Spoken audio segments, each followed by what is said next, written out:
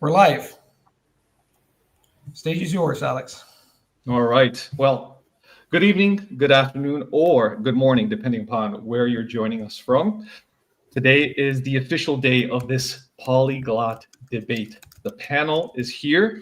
My name is Alex. I will be your host, and I'll do a quick little introduction for our prolific polyglot panel, and then we'll go over the agenda and we'll officially get into things. So, without further ado, I'd like to first introduce to you the San Diegan sensation, whose guns are blazing and his German is, well, amazing. David Allen Martin II. Next up is the Roman, whose accents are smoking more so than a hookah. Everyone's favorite Lampariello, Luca.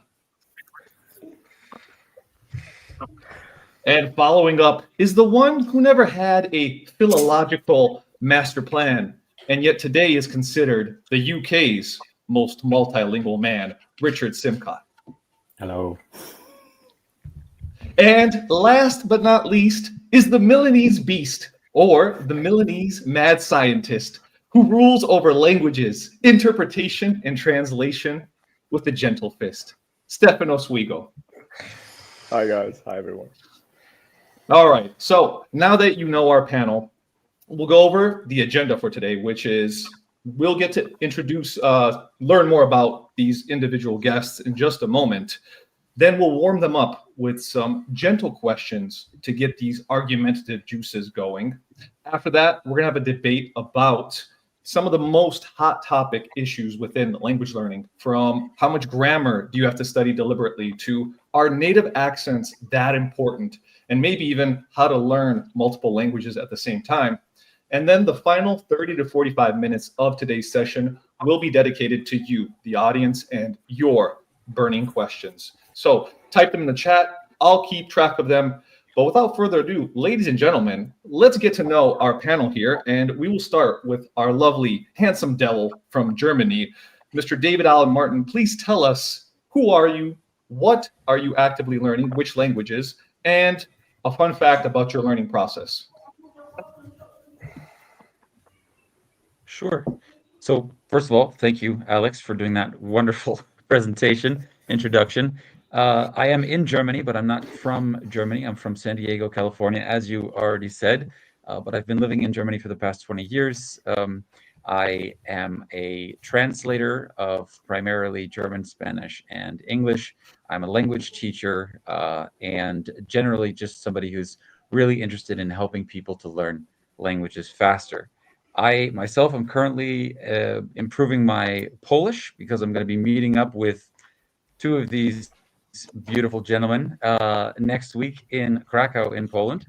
But something weird about my language learning method, I wouldn't say there's anything that's necessarily weird about my methods, but I am a big proponent of using translation in language learning, and I know that that's a spicy topic for a lot of people, and so I look forward to the debate that we're going to have later on about that topic. Excellent, thank you. Personally, I don't think there's anything weird about using translation, but as we know, some people think it's a taboo topic. Anyways, Luca, how about yourself, good sir? We don't know anything about you whatsoever. Especially because this is being hosted on my channel. Anyway, just a proud to say, my internet is not top notch. Everything is beautiful here in Poland, except the internet on my apartment, but I can understand you. That's the most important thing. So bear with me. I am Luca Lampariello. I am an Italian guy who fares from Rome, actually from Krakow. I have a big passion for foreign languages and for education in general. I think that we're all, my philosophy is that we're all wired to learn a bunch of languages. It's just that we have to figure out our way, like the best way for you to learn foreign languages, and then you can learn anything. I feel privileged that I have this job and I can help people around the world, and people help me grow as a language learner, a teacher, a language entrepreneur, and whatnot. I don't think there's anything particularly strange about the way I learn. One thing, though, that I would say is that I use paper. So I would say A lot of people have gone completely digital. I still think that paper is one of the most powerful tools that we have, both in forms of books or like notebooks, and also this is a powerful weapon for me, both for underlining, creating ideas, learning vocabulary and whatnot. So I wouldn't call it strange, but nowadays, people go like, "Hey, you're using paper, you're an old man," and I'm truly told I'm 44. I'm not an old man, but getting there. Anyway, that's it in a nutshell. Beautiful. And by the way, I just want to clarify, it's not about anything strange. It's just fun. What's something fun that's maybe unique to you about your approach to learning languages? And I can confirm, Luca has in his home stacks of these notebooks where he keeps the most minute details, like Alex's hair smelled like fresh flowers today. So just a heads up, he's a very honest Luca. So that's a very familiar giggle right there with Richard. Richard, tell us, how about yourself? Sure. So my name is Richard, and I'm originally from the United Kingdom. I now reside in the Balkans, and I've lived in a number of countries around Europe. I've been learning languages since I was about 4 or 5 years old. Since I can remember, really, I've been really fascinated by language, accents, varieties, all of that stuff. And I guess one thing that's a bit strange about me in the context of a lot of people I meet at events is that I love language courses.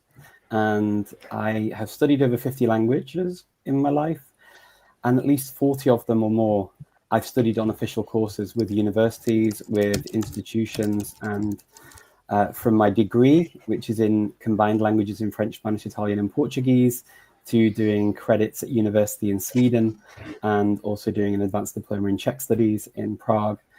And most recently, I have just completed a course with Savalmorosteg, which is a college on the Isle of Skye, for An Course Intrichi, which is the first level of Scottish Gaelic. And now I'm about to start the second level of Scottish Gaelic. And I've also completed a course for a year in Jersey, which is the island of Jersey's language. Ah, Jersey. Amazing. Thank you, my Balkan brother. I can officially now say that. All right. So now we'll go to Stefano. Please tell us about yourself. Sure. My name is Stefano. I'm also from Italy. I'm from Milan, though, from the north of the country, but I've been living in Belgium for eternity. What feels like eternity? About 20 years. I'm professionally trained as a translator, but just like you guys, have been learning languages for pretty much all my life, since elementary school. I'm very passionate about learning languages, and I've worked as a translator for also about 18 to 20 years. But recently, I've transitioned to teaching languages online. And actually, currently, I mostly work only with online language schools and content creators to develop the best possible online language courses. This has become my specialty, and I'm focusing on this right now. As far as languages are concerned, that I'm currently learning, they amount to exactly 0. because I've been on a maintenance mode across the board for way too long. To be quite honest with you guys, we'll get back to this surely later on in the debate, I think. And a fun fact about my approach, I don't really know, but maybe the fact that I sometimes use even tongue twisters to get familiar with some of the most difficult sounds in a language. And I find tongue twisters very fun, and they can also be useful, as a practice tool. So maybe this is the only fun thing that comes to mind right now. Excellent. Thank you for sharing, because I remember you and Luca explicitly made a tongue twister video on YouTube about a year ago, which was very fun to watch. So excellent. Well, there you have it, folks. You see who I'm sitting amongst. These are, I hesitate to use the word legends because it's used so often, but these are some heavy hitters in the polyglot game. Let's put it that way. Now, the first question we're going to open up with is, what has been your biggest language failure? We want to hit them right where it hurts. So when you think about this question, we want you to really consider which language was maybe the most difficult, or which language did you start learning and then just completely drop. Are there any embarrassing stories that you have to share about a language experience? Just let us know what has been your biggest language learning failure, because to many viewers, you guys are seen as a step up here, as if you're infallible. You've never failed. You've always been naturally gifted at learning languages. And, you know, for the sake of this one, let's go in reverse order. So, Stefano, we're going right back to you. So, what I just said a minute ago about not learning new languages in the last few years, this is probably also my most recent, I would say, failure. That is not being able to learn any new language or even make much progress in any of my languages in the last 6 years. So since the pandemic, I'm very honest, I haven't made any big progress.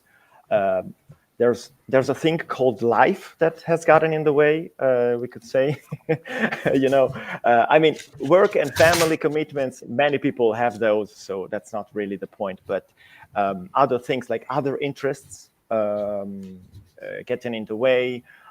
Also, like, I'm no longer the youngest one around, so I think at my age, probably health becomes a more important factor, something that you want to spend time and make efforts to nurture. And so I've been exercising more, doing sports every single weekend, paying attention to more healthy food. So a lot of different things. I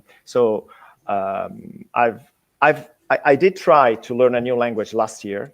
I started learning Turkish in January 2024. But it lasted a hopping 2 months, and then I had to stop. So if I were to go back to learning Turkish, I would have to start from scratch again. So it's just the way it is, right? Some phases of our lives are easier, some others are more challenging, and it's okay. But I've been trying to maintain my languages as much as I could, and not even doing a great job at that, to be honest. Whatever.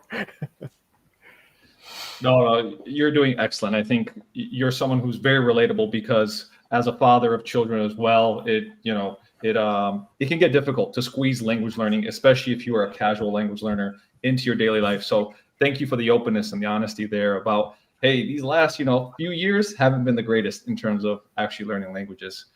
Excellent, excellent. So now we go to Richard. Tell us, biggest failure in language learning. I think the first big thing that I found I just didn't take to was when I was learning Georgian. I studied it for a year at Malmö University in Sweden. And typically I was used to being the sort of person that had come out of a year of studies, and I'd be able to at least string a sentence together. And whilst I was able to understand the mechanics of how it worked from what I was taught, I wasn't able to really put the language together in any way that meant anything. And so I realized, oh, well, no, I can't really speak this. And then I went into analysis mode and sort of thought about, okay, what are the reasons why this is happening? Well, first of all, Georgian's not the easiest of languages to approach. That's the first thing. It's not the easiest of languages to just pronounce either, because there are quite a lot of difficult sounds to make, and back to back as well within the words.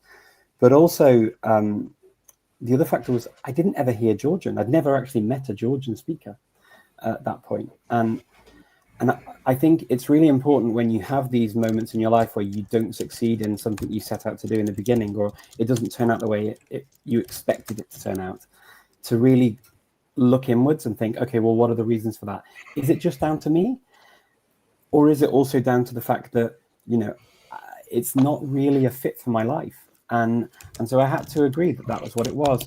And it made my failure in learning Korean a lot easier to deal with later on. I did Korean as well. I was going to do it for a year. I did study it for a year in online groups. I had courses that I did at a college as well online. And again, it was very basic, that, the sort of level I ended up with. And it was a bit better than Korean, I would say. But now it's all completely gone. And you kind of have to then live with the fact that you'll learn something and it will completely disappear. And you can feel bad about the fact that you've put in this effort to learn and you've been showing up on week on week. You've been trying to learn the vocabulary, you've been trying to get the grammar right, trying to actually speak the language, and then it just all falls down. And this is where, again, the self-reflection and why is it fallen down? What's going on? Can I just live with the fact that I explored the language and enjoyed that process and enjoy it for what it was? Of course, that's not always possible for everyone, and I get that. And this is why when I talk to people about language learning, we explore the whole question about language learning and not just the how you actually learn it. We look at everything to do with it. Absolutely. I think it's not as discussed, but many people have the best intentions starting out with learning a language. And then along the way, for practicality, for time reasons, it just doesn't work out like you had imagined. I just spoke to someone the other day who had learned English and Spanish and wanted to tackle Japanese so they could watch anime without subtitles. That was their dream. But then said, man, I didn't study for a week and I already forgot half the kanji I learned last week. It's just so taxing. So extremely, extremely relatable. Thank you, Richard. So now we'll go to the Italian Stallion. Tell us about any language learning failures you've had, good sir. Which Italian stallion are you referring to? There's two. I'm kidding. The southern one. We got the northern in Finland. Okay, and the other one in Poland. To me, it's pretty simple. When it comes to learning a language, my biggest failure has without a doubt been Japanese, because of a lot of reasons. But I think one of the main reasons was that it was the first language that had a different syntax. So the way you form sentences, and that kind of threw me off completely, because I was using translation. As you know, I used the bidirectional translation at the beginning, and then I was using Asimil, which, to be fair, was not very good. So to make a long story short, similar to Richard's story and to Richard's point, after a year or a year and a half, I couldn't string a sentence together, or better, stringing a sentence together required a lot of mental energy. I remember I hopped on a call with my Japanese tutor, and I was quite surprised and kind of not disgusted, but discouraged by the fact that, hey, I've been learning 10 languages and now Japanese is so difficult. And I have dropped other languages in the past, like Romanian or Danish. These are languages that have like kind of disappeared as of now. But it's not because I did not know how to learn. Japanese is different. Japanese is kind of a girl who just turned me down when I was courting her. I had been courting her for 2 years, and then all of a sudden she turned me down, and I was just disappointed. But the biggest lesson is that you always have to be flexible when it comes to language learning. If something doesn't work, well, then you have to try something different. So I know now for a fact that if I went back to Japanese, I know how to learn it now. Like massive input plus, simplifying sentences. We're not going to go into this now. But I think, people talk about mistakes or failures. I think it's just another way to learn. You just try something. It's like being a scientist, and your life is like a giant playground. You try some experiments, you have a hypothesis, and then you see whether something works or not, and then you try something, you tweak things, and you try something new. I'll go back to Japanese. But yeah, to make a long story short, Japanese has been my biggest failure. And just one more thing, Stefano was talking about being an adult, having a family, having a lot of commitments, health things. This has been impacting my life as well. The more languages you learn, the easier it becomes to learn languages, in part, not all the time, but the more difficult it becomes to maintain languages, especially at a higher level. We can talk about this later. So if you can call it failure, I failed at, and I still fail at maintain all my languages. 5 of them are just in the back burner, and it's okay. It's the way the cookie crumbles. It's the way life works. Absolutely. To go back to that point, for anyone who's unaware, with all these polyglots, whether they know 4 or 5 languages or they're teetering on 15 to 20 languages, it's a lot of dedication and time, and we'll get into the details about maintaining them, let alone learning new languages.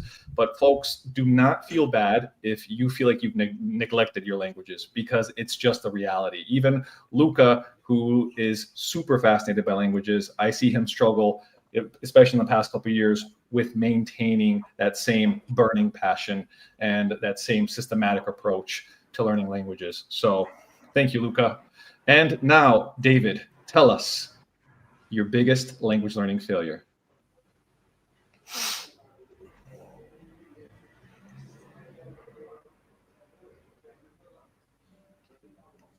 We lost David, or I lost you guys. I don't know if you can. Alex, you broke up. I lost you for a second there, Alex. What was the last thing you said? What is your biggest language learning failure? Well, I would say that the biggest failure that I've experienced so far, I wouldn't say it's as much of a failure as it is I failed to recognize early enough in my Chinese studies in particular that there was more that I could be doing. And the reason was that I was sticking too blindly to a specific method. And I'm sure we'll talk more about this later, but Luca kind of already mentioned this, that the problem is you get this idea in your head, okay, this is how I'm going to learn now. And this is going to be the best way that I can possibly approach this.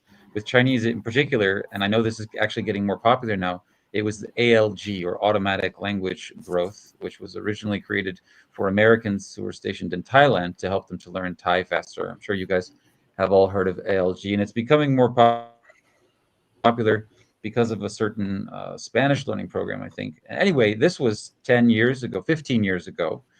That I read about this, and I'm like, okay, this is how I'm going to learn. I had never learned Chinese before. And I'm like, this is how I'm going to learn. I'm not going to speak Chinese for a whole year. I'm just going to listen to it. And I stuck to that. The problem was that, don't get me wrong, my listening comprehension got very good. I think my pronunciation benefited quite a bit, but I really wish that I had started trying to speak earlier than a year. And I also wish that I had started learning the characters earlier on. So my point here is that I see it as a failure. Not it was worth doing the experiment so I could see for myself whether or not this method works, and it does work for what it's worth. At the same time, I wish, and that's what I see as a failure, I wish that I had not just stuck to it for its own sake, but rather actively questioned what it was that I was doing, and then pivoted so that I could have learned more language. Great, thank you. I think this shows that there's no one method to every single language. It all depends upon which language you're learning, what's your native language, and the different type of approach you have to take to tackle those languages. So being flexible, being open-minded is really important, guys. Don't, you can't die on a hill for this is the only method. I think all four of these polyglots would agree that there is no one single method. There are some principles, but never truly one single method. Now, just a quick question for you guys, and we'll start with Luca for this one. If you could go back and become a polyglot from scratch, what would your approach be? What would you do differently than you actually did? So if you could go back and start from scratch, what would you do? Luca, we'll start with you, good sir.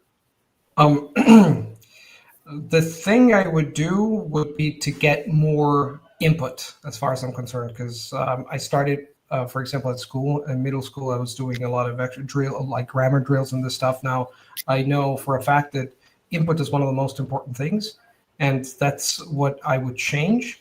And also try to get contact with native speakers as soon as possible. I think that the human factor really makes a difference. I am not a proponent of speaking from day one, but like, for example, as of now, when I was in Rome, I started having group lessons, something contrary to Richard, I never do. Like, I don't attend classes. I'm a very lone wolf when it comes to language learning.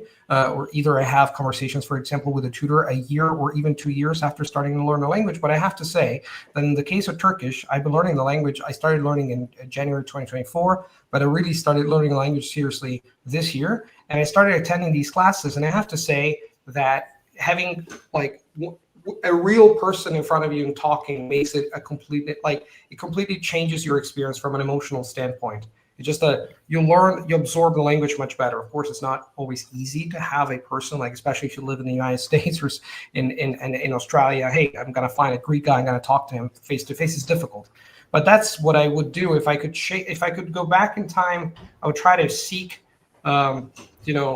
human contact and native speakers as soon as possible, because whether you speak with them in the language or not, you still get inspired. You spend time with them, their culture, you understand them it's a completely different ballgame when you have contact with native speakers. That's what I would change. I would integrate it into my learning sooner rather than later. The rest, as I said, maybe for Japanese, I would just do more input because I didn't do that. And I would use a different resource. But in general, if I could go back in time, massive input from the get-go, and getting to know native speakers who speak the language, whether you speak with them in their native language or not at the beginning, doesn't matter. It's just the human contact that makes it like a huge difference for me. It inspires me to, continue learning the language, especially at the beginning where everything is kind of shaky and you don't know whether you're going to succeed or not. You're going to get over the hump and really start speaking the language. That's my 2 cents. Excellent. Thank you. What about you, Richard? Knowing what you know now, if you had to go back in time, start from scratch as an aspiring polyglot, what do you do differently? I have a very different life philosophy. I don't believe in regret. So I don't find it a very useful emotion. And honestly, the reason why is because knowing what I know now, I wouldn't be able to change what I did in the past anyway, because it's all based on new technology and things that have developed over the years. The world has changed. So even if I could go back and tell myself as a younger person, do this, do that, the only things I had available were the things I was using, which was a pen, paper, books, classes. That's all I had. And I could get cassette tapes. That was basically it. Yeah, I mean, the internet wasn't a thing for me until I went to university. So I don't know what I would change. And as I was saying, even when I talk about failure, I can say I failed at doing something because an original goal was something I didn't reach. So therefore, in that respect, I failed at it. But even that, when we were talking about that before, I would always internalize that as a self-reflective moment where I can then look at why that happened and how I would change things and what I got out of it, actually. Because even when you fail at something that you had as an original goal, you usually get something else out of it. So the regret isn't really there for me in that way. It's always this additional opportunity or a changed moment or a learning, a chance for learning for me to really then move forward and move on and adapt and change and be dynamic. And so, yeah, I don't think there would be anything that I would do differently. I'd like to let my younger self go through and make the same, go on the same paths that I went on and discover those things. Because you never know what would happen if you tried to interfere. It's true. It's like the butterfly effect, right? Or like going back in time, you do something, the dinosaurs don't exist. We don't know. We don't know. But Richard, I think your statements embody the belief that it's either you win or you learn. There really is no losing. There are no regrets. So excellent. Thank you. Let's go to David then. David, would you go back and change anything? Do you want to mess with history or not? I'm a bit scared, history. To be honest. Well, I thought that the way that Richard put it was actually very fitting, because if you can go back, most of the things I do differently now are also based on currently available technologies. But I had the good fortune when the first language that I learned to speak fluently was German, and that was primarily thanks to input. And so I kind of got lucky that early on I realized how powerful it is to actually get loads and loads of input. And not only that, but as I started to learn Dutch while I was living in Germany, and then I traveled to the Netherlands, and I found out very quickly that Dutch people generally speak English really well. And I'm like, oh, you guys must start learning English super early here. And they're like, no, and they told that they're like, no, like 7 or 8. I'm like, wait, that's the same age that Germans start learning English. Why do you guys speak so much better English? And they're like, well, I don't know. We don't translate anything. We just watch everything in the original with subtitles in our language. I'm like, oh, that makes so much sense. You just hear it day in, day out, more or less like a native speaker would, right? It's obviously slightly less input, but you're still hearing it. You're really familiar with the sound of the language. And so I wish that I had, I just wished I had done more of it. I mean, I realized that early on, but I was still kind of clinging to the ideas that I had got from school, primarily that I needed to be doing grammar drills and, you know, all of these other kind of traditional things that are often, and I should avoid translation at all costs, and all these other things that it was very difficult to kind of get away from.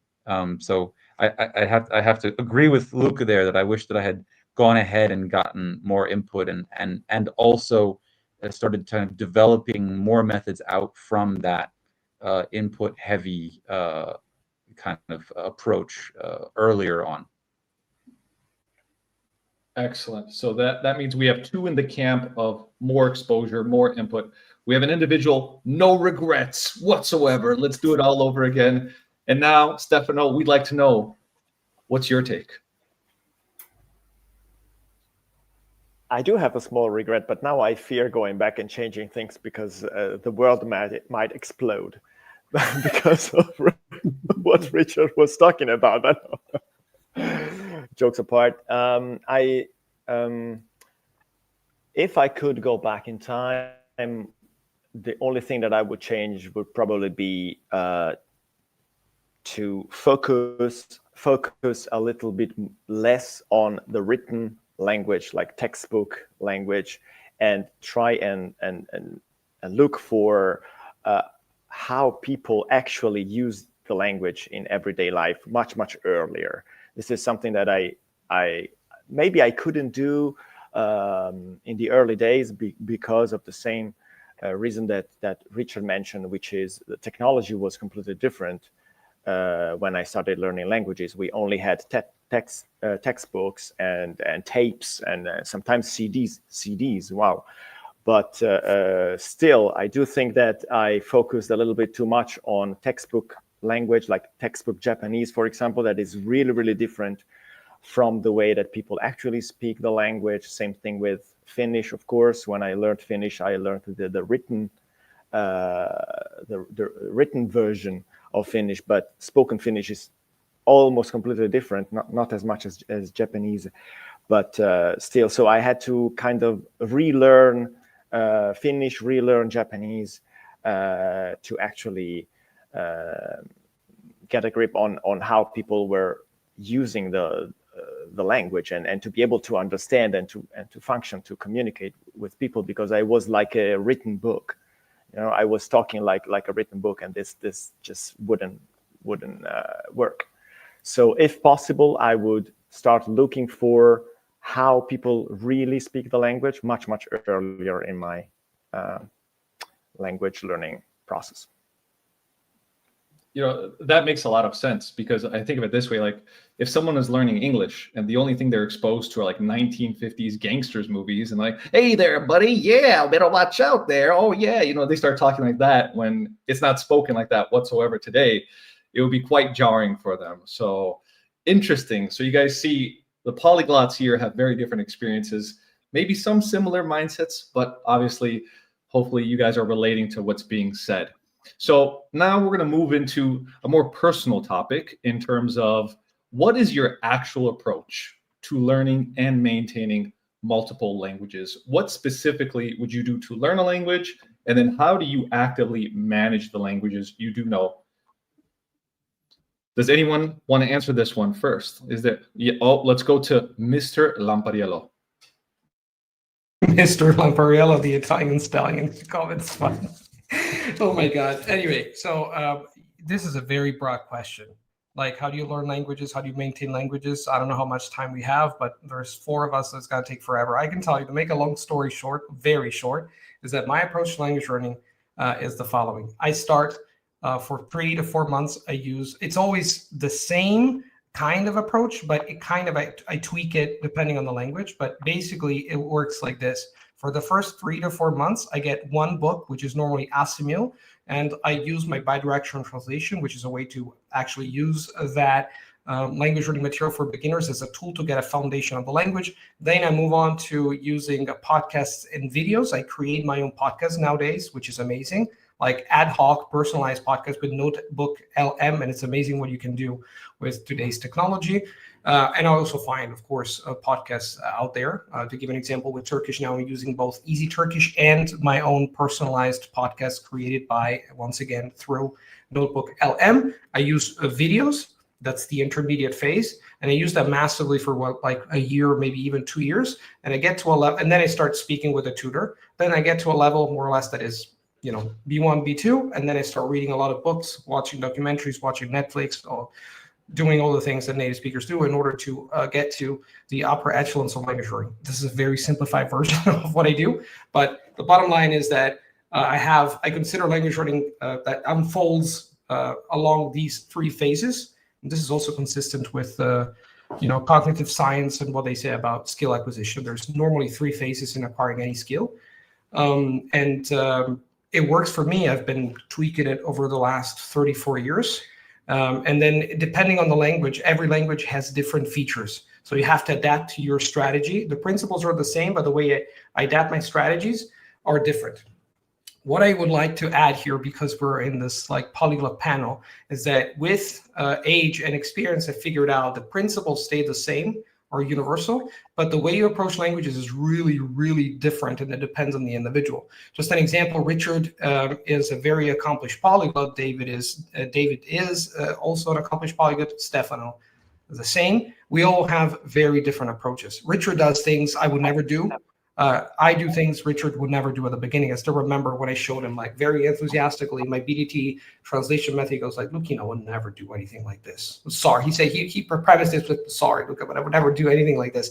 So this goes to show that while he does, for example, he goes to classes and stuff, goes to show that language learning is a personal road. You have to tweak things, and you have to develop that flexibility that Alex was talking about at the beginning in order to find what works for you. As long as you're passionate, you have intrinsic motivation, you do it for a long time, and you keep tweaking things, and you do things you enjoy every day, then you're going to get there, But when you hear, "Oh, this is the best method in the world," no, it's not. I have a method. I say, "Hey, this is my method. I have an entire course about the bidirectional translation. Do you like it? Fantastic. You don't like it? Try something else." But in a nutshell, that's it. I'm not going to delve into the maintaining thing, Alex. Otherwise, it's we're opening a can of worms. We can talk about this later. But to address your question about learning, this is generally my approach, and it works for me. And that's I'm glad it does. Well, let's address one little worm there, okay? From a purely practical standpoint, as of today, you are probably learning Turkish and Hungarian. Am I correct to assume that? And what does that look like in just a glimpse of your day, just very briefly in a sentence or two? What does that look like for you? In a sentence or two? Please. Yes. Well, anyway, since I love paper, what I do is I sit down normally at 9 a.m. It's always like I'm very, very strict with my time slots. I sit down, I have a script of a podcast that I created. I have the audio, and I go through that multiple times by listening, by reading, by dissecting the text, by using bidirectional translation, for example, to understand and reinforce the content. I jot down words that I like, and I start forming sentences briefly talking about that topic. That's what I do for Turkish. That's what I do for Hungarian, and it's very well defined. I can make a video about it. Wink, wink, if you guys are interested. And that's normally how it works. It's fun. I'm 100% focused on that for 45 minutes, 60 minutes, and it works like a charm. And most of all, I love it. Excellent. Thank you. And I can attest to Luca in the level of detail of his notes. Like, if you look at the text that he prints out, there's more of his handwriting on that paper than there is of ink that's been printed on there. It's insane. So thank you for sharing that, Luca. Let's go to David. David, what is your process like for learning and maintaining languages? And if possible, can you give us a glimpse into what you're doing on a daily basis now? Mhm. So it's obviously evolved very much over the years, but if I were to get started learning a language entirely from scratch, then the very first thing that I would do is I would go and I would seek primarily YouTube videos. At this point I like to use YouTube videos because it's possible to find relatively short videos where somebody is speaking, one or more people. At the beginning, it's a little easier to pay attention to just one person is speaking, and where I can get the subtitles. Now, that used to be kind of a coin toss as to whether that was possible. Now, as we know, you can use tools to actually get good, if not perfect, subtitles for any YouTube video. So I'll go, let's say I started to learn whatever Swahili, if you will, then I would go and I would now finding, and I do have to say, finding good materials is kind of half the battle, and that's why I understand people like Luca. You like to use Asimil, and I know Richard does these kind of formal courses. I've used both in the past. I don't use them anymore because I get bored very quickly. That does not mean that they're not good. They are very, very good, and they give you a lot of structure. That's why they're so good. But I personally just get bored very quickly. That's just something, to me, that's a personal evolution over time.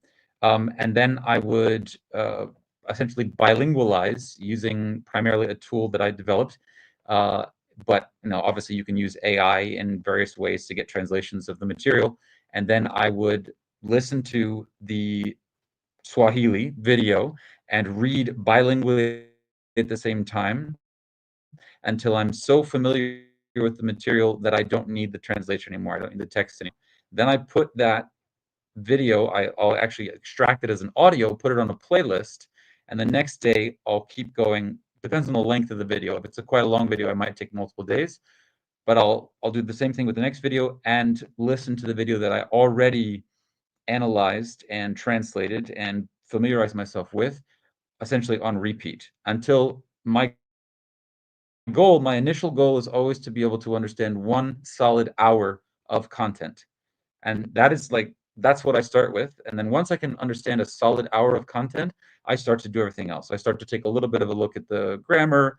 I might try speaking a little bit. I might try putting together some basic sentences.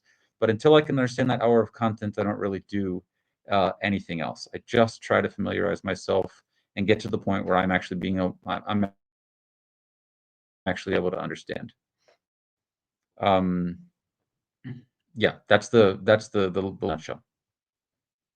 Got it. So you're using. Oh, go ahead, Luca. Yes. Can I say something? I forgot to say that when I recently I sit down and I use Turkish and I go through the lessons. Linguathor T3 that David what David has created has been a big game changer because Turkish has a very complex structure. It reminds me of Japanese. That's no surprise. Turks learn Japanese, well, without much trouble because they have the same structure. And being able to dissect the text, like having a bilingual translation is not enough. With these languages, you also have to understand the function of each word. And David's stuff has been amazing in this regard. So thank you, David, for putting that together because it's really making a big change. We can talk about this later, but that's what I wanted to say. And by the way, David, you have a very, very similar approach to mine. Almost the same, just different like tweaks. And the thing that you said about starting with natural content, I would do the same, but I've been I've been used to using Asimil. So I like Asimil, but as of now, I can create my own stuff immediately. I did that with Serbian, and you can do this nowadays. Create your own stuff, create audio, create everything. But we can talk about this later. Anyway, that's only what I wanted to say. Just all right. So once again, you guys, I used to use Teach Yourself in the same way. Teach Yourself, Asimil. If you guys aren't familiar with these are the classics, the traditions within a language learning. This is how they were all raised. They were literally born bedside with Teach Yourself and Asimil books next to them. All right. So let's go then to Stefano. You talked about it. The past 6 years have not been the kindest to your languages, your language children, if you will. But how do you actually learn and maintain your languages? Like I feel a bit weird now because I am absolutely, like, compared to David and Luca, I'm completely not organized.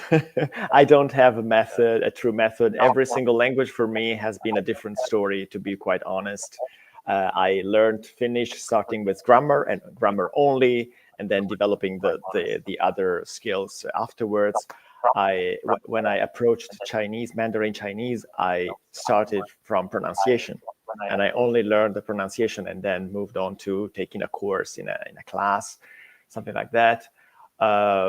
Really, each language is a different story, so I feel completely unprepared to tell you guys what my method is, because I don't really have one. But I do like using teach yourself as the main structure that I can base my learning on, and then I like to use maybe 1 or 2 YouTube channels to get more input. So it's always something very, I don't know, holistic maybe, where I take a little bit of everything from different sources. But maybe I should speak more about maintaining languages, because I've been doing almost only that for the last 6 years. And something that I've really found extremely important in that matter is like organizing my life in a way that I'm almost forced in, like, not really forced. I don't want to force myself to do stuff, but like going through the day, I end up using some of these languages. So for the languages, I'm also lucky because I live in a city that is one of the most international cities I've ever seen, like Brussels, the capital of Belgium. There are people from all over Europe because of the EU institutions, but also from all over the world. You can, I mean, I have friends that literally speak all the languages that I can speak. You can also go to a cafe or to a shop where the owner, that the owner speaks a certain language. If you want to have a quick chat in one of the languages, you can almost choose which language you want to practice on any given day, which is great.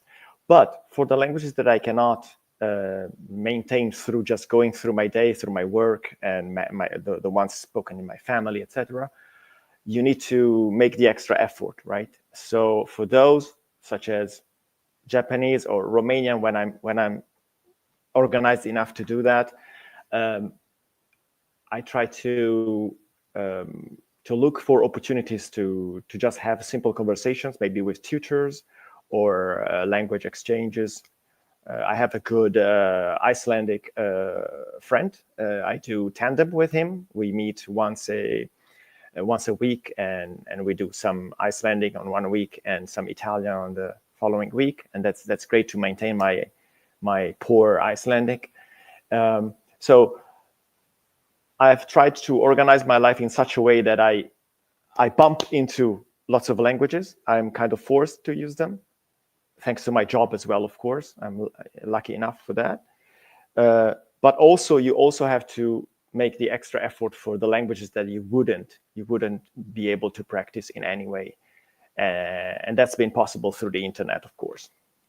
It's pretty much it. Excellent. I think there's something very powerful to being able to use your language live in person with somebody else spontaneously. I remember one time Luca visited me in Belgrade. We went to get some pizza, which, best pizza ever is in Belgrade.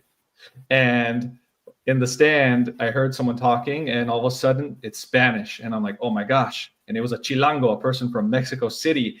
And I'm like, I've been learning this language, and I'm doubting it. Should I continue with it? What do I do with it? And bam, this just golden opportunity opens up. So it's great that you live in a place where you can actively use and practice these languages. So for those out there who are in very, international cities, take advantage of that, because you are very, very fortunate to be in such a situation. For those who aren't, find a tandem partner or whatever you got to do. All right. Richard.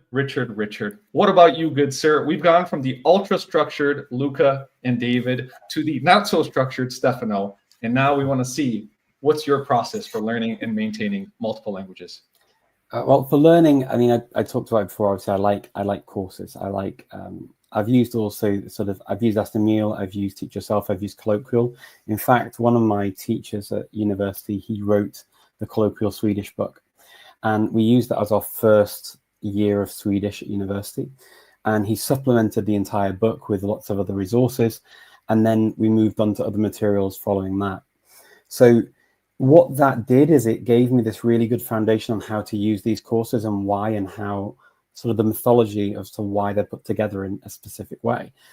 And the reason why I like courses is that they take you out of your comfort zone very often in terms of the types of vocabulary that you have to go through. In classes, for example, the people that you meet are going to have different jobs, different backgrounds, different family structures. So you're hearing things that you're not necessarily going to be confronted by just by learning it on your own. These are the reasons why I enjoy learning in these kinds of contexts. I also learn languages because for me, it's a social thing. I enjoy the whole speaking to the people, whether they're other learners or whether they're people who use the language. I just enjoy that whole thing of learning the language. Now, I also think that when you get books and you know what's in the book and you can say, actually, I've done that, psychologically, there's a moment there where you're like, yeah, I kind of I'm familiar with that. I know that, and I can move on to the next thing, or I can move on to realia. That's to say, things that are in the wild, like films, like TV shows, like music, like literature, whatever you want to look at, creating your own podcasts like Luca's doing, for example. Anything you like, you can kind of explore once you've done it.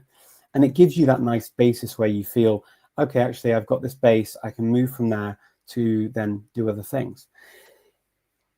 Having studied so many languages on so many courses over so many years now, I mean, looking at me, you're going to think, what's the guy talking about? He must be, 21? But no, I'm not. I'm actually in my 40s, would you believe? I'm getting towards 50.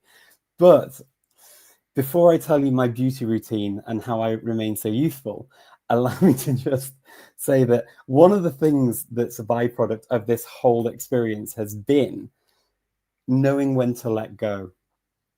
Knowing when to say, do you know what? I learned that language. I enjoyed it for what it was. I enjoyed the experience of going through the process. And now I never get to hear it. And there are a number of languages like that. 7-8 years ago, I was in Finland, in Helsinki. I'd just done my A2 course in Finnish at Helsinki University. And I go out onto the street, meet up with a wonderful guy called Stefano, and we make this video of me speaking to him in Finnish. Now, if Stefano were to now speak to me in Finnish on this call, I would barely be able to say who I am and what I do. I wouldn't be able to say anything like I could at that point.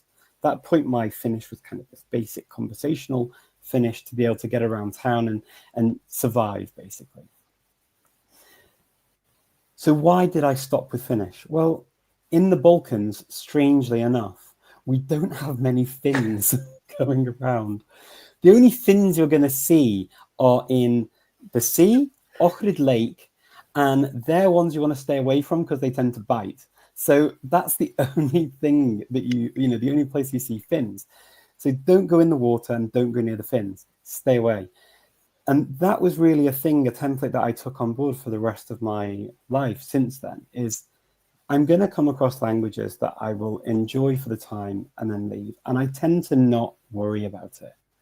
There are other languages that I find stick around more easily. And that's normally because they're related to other languages I speak well, which I always call within a language family my anchor languages. So, for example, in the Germanic language family, German might be an anchor language, Dutch might be an anchor language, Swedish, because I studied at university, is a type of anchor language for me too. So remembering the Icelandic that I learned, remembering this Danish or Norwegian that I picked up, getting back into it isn't as taxing as, say, going back to Latvian or going back to Finnish or going back to Estonian, because these languages are so different. And I don't speak anything that's related to them or close to them at all. So therefore, they kind of recede back. They may or may not come back. I mean, this is for me a a huge debate of when I hear of people saying, oh, I just need a couple of weeks to get back into a language. Do you though, really? I don't know. I don't know if I could really do that in that way. I don't know if that's true. And I don't know how many languages you can study and that still be a true statement. Maybe if it's like 1 or 2 languages and you've not used them for a while and you're only focusing on those, but what if you've studied like tens of languages over many, many years? There comes a point where, can I really reactivate that so quickly? And do I need to? And do I spend the energy doing that? And the other thing is that came up for me many, many times is, how much of this language do I really need? And why do I need it? So am I learning this language to a very high-end level to be able to write in it in a professional manner, to give presentations professionally, to be able to explain very complex professional topics that are really niche? Or do I need it to communicate basic ideas and things that I need? So this becomes really important too. You know, my Greek is enough to do what I need to do when I go to Greece. Am I going to pass a B2, a C1 or a C2 exam? Probably not.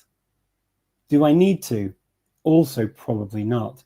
So accepting that level actually means that you know the amount of vocabulary, the amount of grammar you've gone through, and you can cycle through that more easily because it's limited to that kind of level. And the same would go for a number of other languages that I've studied, and I don't need a more advanced level. So yeah, it's accepting the reality of your life, accepting the reality of what you've done, and accepting the reality of what you actually need. Beautifully said. And you know what you just mentioned about accepting this reality of, is this a language that I need? Will I use it beyond maybe a conversational level? These are the questions that we all have to ask ourselves as audience members watching and trying to better our languages. It's, how much do we actually need these? Like for me personally, I would love to learn Japanese just so I could watch anime without the need for subtitles. But at the end of the day, am I willing to put in the work to get to that level? Probably not. I'm sorry to say. Gomenasai, gomenasai. So with that being said, you know, a lot of people look up to you guys, whether you realize it or not. You know, we've been to polyglot conferences, gatherings, various online events, just like we have people in the comments right now. And there's a lot of debate online. Who is legit? Who is not? What is considered fluent? What is not? Who has a good accent? Who doesn't? Can you actually get native-like? There's been a lot of, I guess, topics bubbling up about that. And I'm just curious, do you guys get the sense that polyglots, at least online, set unrealistic expectations for just regular casual language learners who maybe just want to learn one language really well and then they're Gucci for life? You know, are we being sold a message or an image that's just completely unreasonable and unrealistic by online polyglots? And this is open to whoever wants to chime in.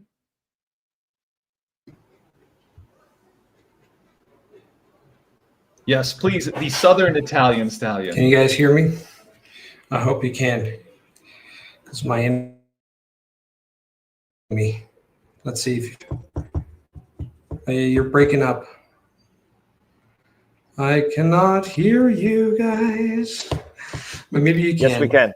Go ahead. Oh, now you're back. I was just talking to you guys. You were like, and I couldn't hear a thing. Okay, so if you can hear me and the audience can hear me, my opinion is that this is a free world and we have all the capacity of looking into language learning and getting educated about it. I do not understand this trend of trying to expose polyglots because I think that if you go on the internet, then you can decide yourself, okay, who is it that I like? Who is it that I don't like? What, to me personally, whether a person is a fake polyglot or not, I could not care less. I understand people's concern and frustration about people making money out of that, out of what they call gullible people. So someone saying, oh, I learned this language in 3 months, and then you can do the same. Just sign up, buy my course, it's 300 euro, et cetera, et cetera. I understand that. But at the same time, I think you can form an idea by yourself. That's the first thing I would say. And the second thing is, honestly, this is a message to you all, guys. Learning a language takes a long time. Learning to speak a language fluently by any stretch of the imagination. When I say fluently, it means that you can communicate, let's say, in an efficient way. You can understand what people say to you, and you can get your point across, albeit with mistakes.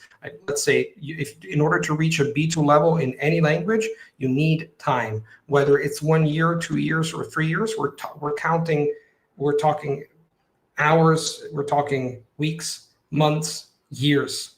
We're not talking about minutes. We're not talking about 3 months, right? So you have to learn, you have to know that. Anybody who says, for example, I've learned this language in record time, they're saying that they've learned to say, maybe they've learned, they can hold a conversation, but learning, as I always call it, there's learning and acquiring. Acquiring is a subconscious process. It's slow, it's deep, it takes time. It's like digestion. You can speed up the chewing, you can speed up the setting up the table and chewing. You cannot speed up the digestion because that's not up to you.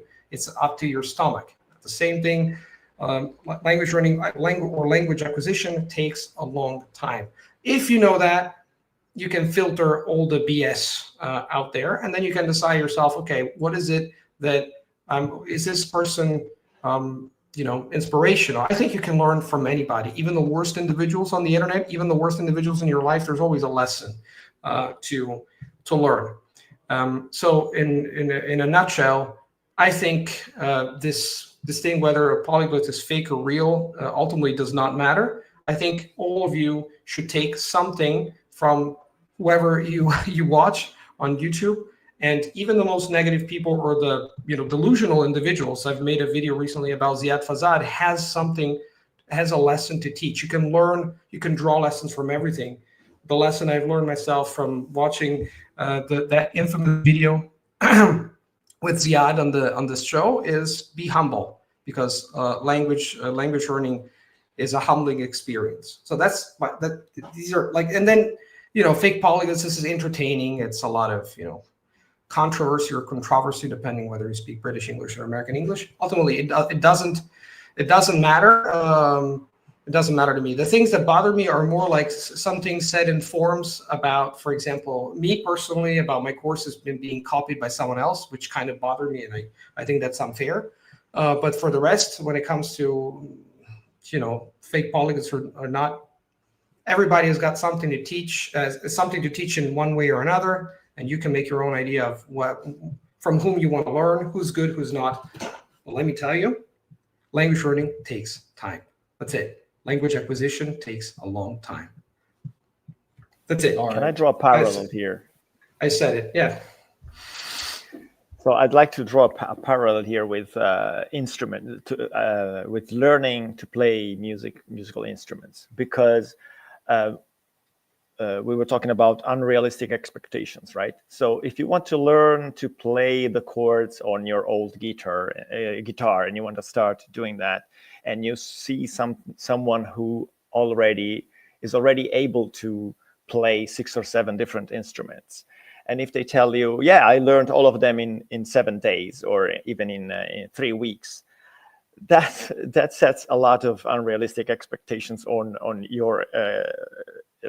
you learning to play the chords on your guitar. But if they tell you, yeah, I've dedicated all my life to music, I'm passionate about music, it really takes a long time, but I'm very happy with what I've achieved, etc.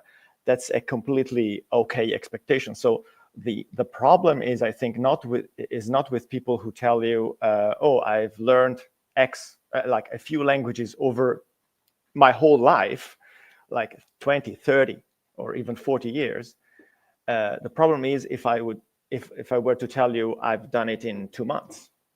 That's the problem, right? So hopefully the person who can already play 7 instruments is an inspiration to you to start learning to play the guitar. And at the same time, YouTube polyglots who actually are honest about how long it takes to learn languages are hopefully also an inspiration to people who are just starting out on a new language, like it is on a new guitar or an old guitar.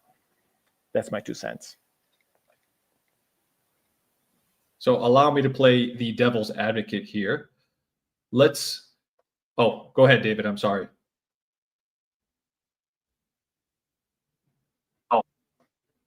I'd like to add something to that, if I may.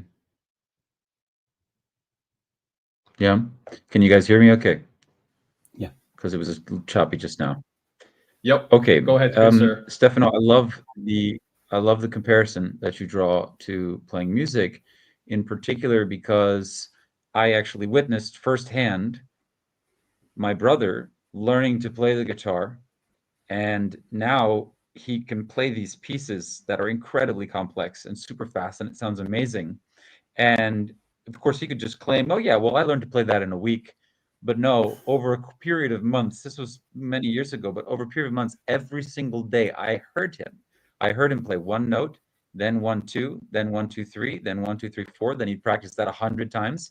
And so, this is exactly how language learning works. You learn how to say one word, then you learn how to conjugate maybe one verb. Then you say, you know, I live in Moscow. I live in Moscow with my girlfriend, right? And you keep adding things. And what's important that, you know, a lot of people don't talk about is the distinction between what's called declarative and procedural memory. And the problem with, so declarative memory is your memory of just information, right? So if you're recalling a date, right? Then that's declarative memory. But procedural memory is when you actually do something with that date, for example, or when you do. So I could know everything in the world about music theory, but that doesn't necessarily mean that I can actually play the guitar. On the other hand, or on the other side of the coin, I can have somebody who plays the guitar wonderfully and doesn't know a thing about music theory. Why? Because they've practiced all those notes, they've practiced all those chords, and they've actually practiced putting it all together and making it sound good. Not only that, I have to learn all those individual notes in order to be able to actually perform, right? Perform the song. So my point here is that the comparison is actually a wonderful one, because this is what you need to be doing, especially when you want to get started speaking. You need to be thinking in these terms. How can I make what I am doing more fluid? And if the way that I'm practicing is not going to engender more speed and fluidity, then maybe I should rethink how it is I'm approaching the way that I'm doing this. That's my 2 cents. I would like to just say actually about the the whole idea of learning a language quickly. Obviously, we talked about me doing lots of courses. I have done some CEFR courses as well. So I did it for Turkish, and I did it intensively at the Yunus Emre Institute. And I put 2 videos up online at the end of my A1 course and at the end of my A2 course. So each course was an intensive course of, was it 12 to 16 hours I was spending a week at the Yunus Emre Institute speaking it was only in Turkish, so no other language. If rarely another language was used, it was Macedonian, and it was only for a very brief explanation of some oddity of grammar, and that was about it. Now, it was recommended also that we study around 20 hours a week. So over 3 months with that level of input, that's how long it took me to get to A1. So we're talking quite a lot. If you were to do that over a normal course, you're talking a year of input really to get to an A1 level. If you were taking it at a normal pace of a couple of lessons a week, a couple of hours a week, and then additional study on the side. So, let's put things into context. A1 is already a level where you are able to get by in most general situations. It's not repeating just basic phrases and learning them parrot fashion. It is actually learning how the grammar works at that level of you're doing a course properly. You do have quite a lot of vocabulary that you have to get through as well during an A1 course. And then you have the same kind of amount to do for an A2. Now, when I put those videos out on YouTube, and anyone who wants to, they can have a look, Richard Simcott, Turkish. A number of comments that I got were at the end of A1, oh no, this isn't A1, this is more like A2. Oh no, this isn't A2, this is more like a B1 level. Well, no, it's not, because I hadn't covered the level, the work, the vocabulary to be at the next level up. But it might seem that way because I really gave my all to each of those levels, and my results in those exams were about 96% in both of those exams, A1 and A2. So I'd mastered the entirety pretty much of the materials for A1 Turkish and A2 Turkish. And then I went on to do the B1 level and passed that too. And that was double the amount of work, because for B1, you've got to cover lots of topics. You're talking about, you know, all sorts of things going on, you know, in life generally, not just the weather and how are you and basic things of, you know, basic past, present, future tenses. You're talking about a lot more complexity when you start getting to B1 and then later to B2. So just to kind of give you an idea, a similar thing I've been through now with Scottish Gaelic that I told you, I would assess the course that I got to as around about between A1 and A2. Now, I was recommended to do that. I had 2 hours a week of Scottish Gaelic. And then also I was supposed to study on top of that as well. It took me a year to pass my exams to get to, I'd say, between an A1 and A2 level in Scottish Gaelic. So these are real investments in time. This isn't something that, even I've done many, many courses, studied many languages. I don't just get to a language and all of a sudden speak at a B2 level. It's just not how it works. So I hope just really being very blunt and saying that to you helps you to kind of get why this isn't a thing.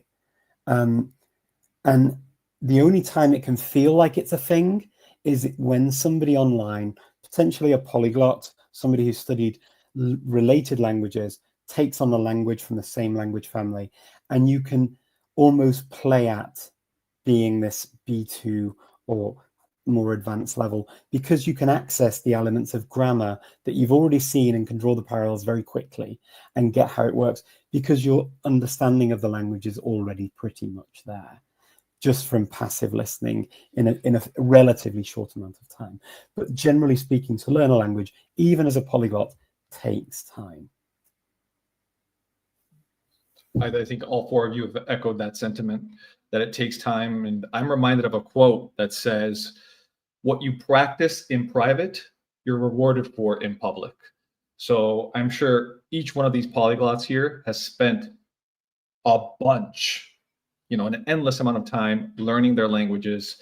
But here is the devil's advocate question that I wanted to get to earlier, which is, are these fake polyglots, these people who exaggerate their skills, are they actually doing more good than harm because they're inspiring a new wave of language learners? Like, I know I've seen people who say, oh, because I watched this video of how this guy learned X language in X days, or went on the street and spoke 15 phrases with locals, that made me want to start learning language. Do you guys think there's validity to that, or should that be a red flag?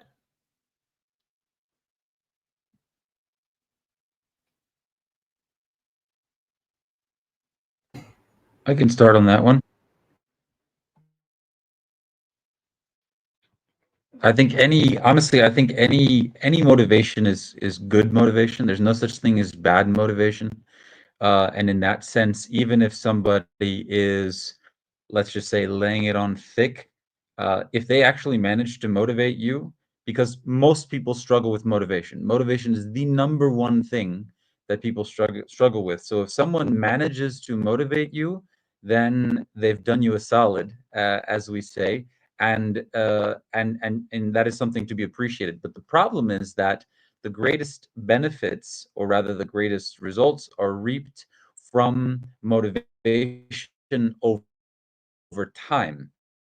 That is to say, from consistency. And unfortunately, if somebody promises you quick and easy results, and you don't get those or you don't get similar quick and easy results, then you, because of the comparison to this individual who claims that they, managed to become fluent in 3 months, you're like, well, I'm obviously not made for this. I'm not cut out for this. So now I'm not motivated anymore. And that's the problem. The motivation in and of itself is something that is worthwhile. Yeah, creating false expectations. Exactly, Chris. By the same token, I'm not a big fan of Duolingo, but Duolingo manages to get people to learn every single day.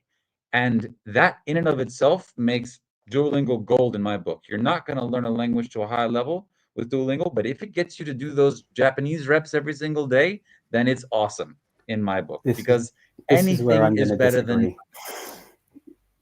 I'm going to disagree and interrupt you now, David. Sorry. But Duolingo, Please. actually, what I That's why we're here. This is what I think. Duolingo doesn't actually do that. I think what Duolingo does is it gets people addicted to getting on leaderboards and to getting coins and to the gamification, and it takes over.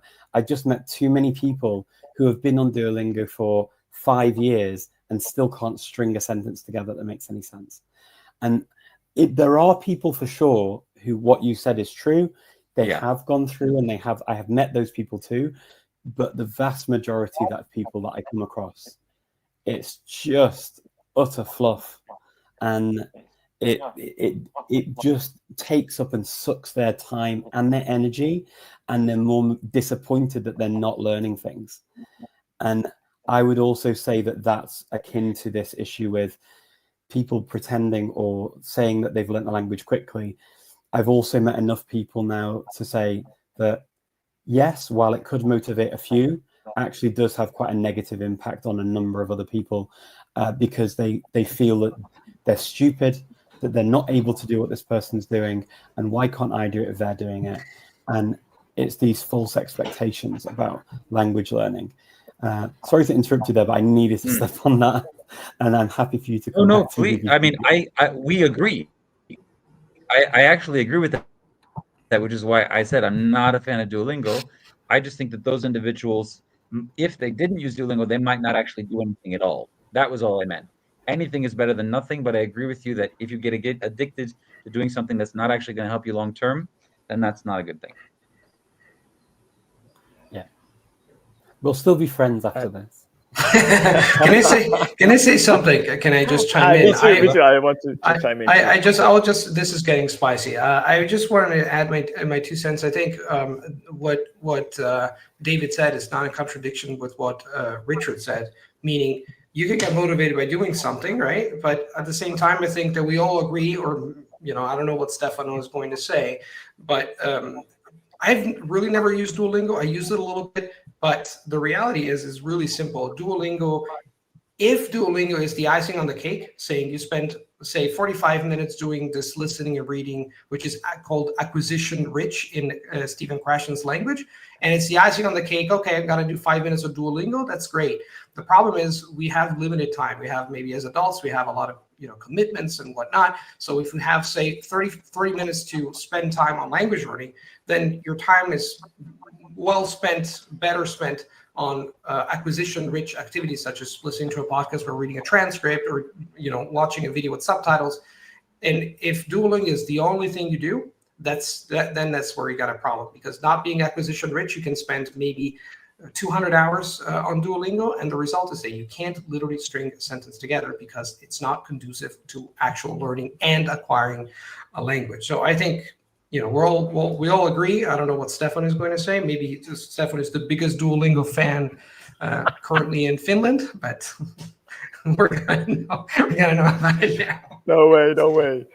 No, I just want to say, of course, I agree on all the terms here, but I think, was it Chris's comment made me think, because he said it is a tool, right? So like David also said, something is better than nothing, and Duolingo can be a tool to, in the first phases when you start learning a language, to understand a little bit how the language works, to learn the basic vocabulary, etc. But you need to pay attention not to become Duolingo's tool. So it's a little bit the same thing with flashcards as well. If you use it as a tool to achieve a goal and then you leave it when the goal is achieved, great.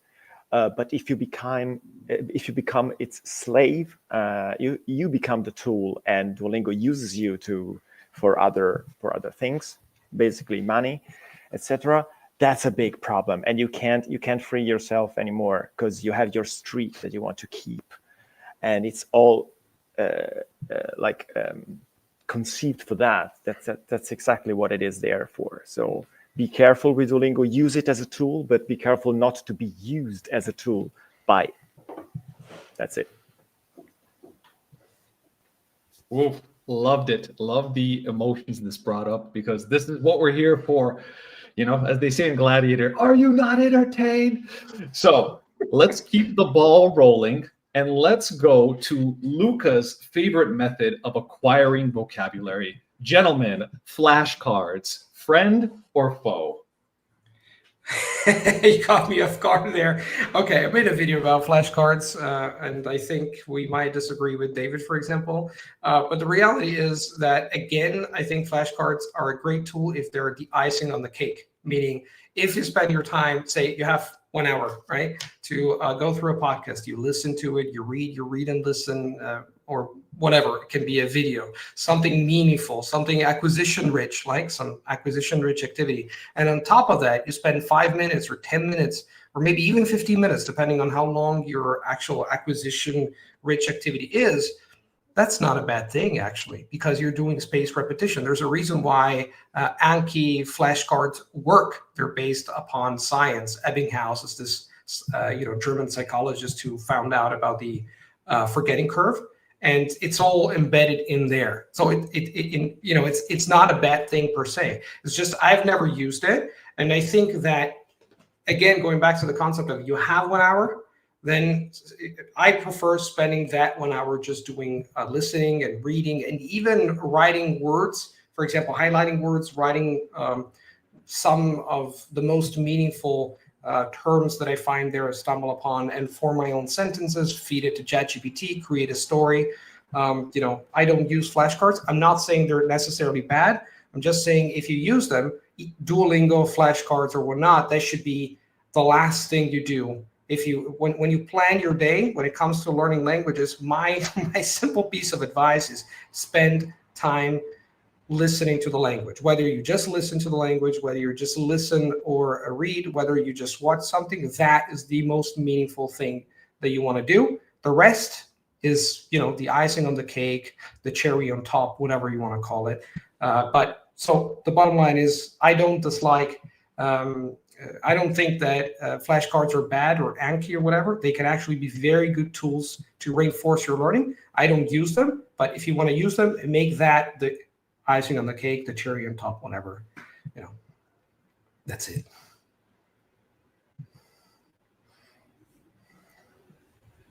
Any other takers for this? I'm going to say that, yeah, a love-hate relationship with flashcards. Absolutely love-hate. I found them very useful for learning very specific vocabulary for tests when I was at school. I found them very useful for learning vocabulary that doesn't come up in general realia. So specific types of vocabulary, like types of birds, types of plants, types of food, because you'd need to consume quite a lot of the language and read very specific things to be able to be confronted with it. So if you wanted to memorize certain things like that, then I found it useful for that kind of thing. A similar thing would go for memorization techniques like memory palaces. I find that those kinds of things are useful for that. My big kind of issue with it is I've met people who have come up to me at the end of presentations that I've given and said, I'm spending like hours a day just on flashcards, like on Anki or whatever it is. And I said, well, okay, what are you doing? And they said, well, I'm just going through all the cards, and it takes me that long to go through them all the time. And I said, well, do you use the words that are in the flashcards? I don't know, because they're not using the actual language and the vocabulary. So I think if you're doing it as part of something, I don't have something necessarily against it. I think if you enjoy it and you like it and it keeps you entertained, but taking it to the degree where you've got so many bits of vocabulary that you may not even need or use, or might not even be used by the people who speak the language, you've just randomly added them in, it can get super frustrating, super time consuming, and people get frustrated. And also you can get very, very good at learning which words are in your set. So you're not really remembering the word necessarily. You're making sort of a deduction process of, oh, well, I know it's not that one, I know it's not that one, but it could be that one, or that one, and I'll make a guess. And so you almost get good at second guessing what's in the set that you're looking through. And so those are the issues I see with it. I'm still on the fence, but I love and hate it.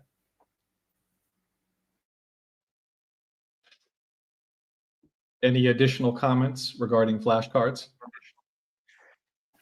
Just a quick Well, I have a comment. lot to say on this topic, but I wanted to let Go ahead, Stefano chime in. No, it's just one sentence. I think flashcards are also a fantastic Okay. tool for So specific goals. I don't know. Okay, now we are talking on top of each other. Go ahead, Stefano. Sorry, there was a delay. Please. Okay, The stage is just a short sentence. I was going to say that I think flashcards can be a fantastic tool for specific goals, but if you, like Luca said, if you only do that, it's not going to cut it in the long run. And also, if it starts feeling like a chore rather than something that you enjoy, that's the moment you should stop. I'm not going to say more than that. I don't have as much experience with flashcards as I have in other fields, so I'll leave it to you, David.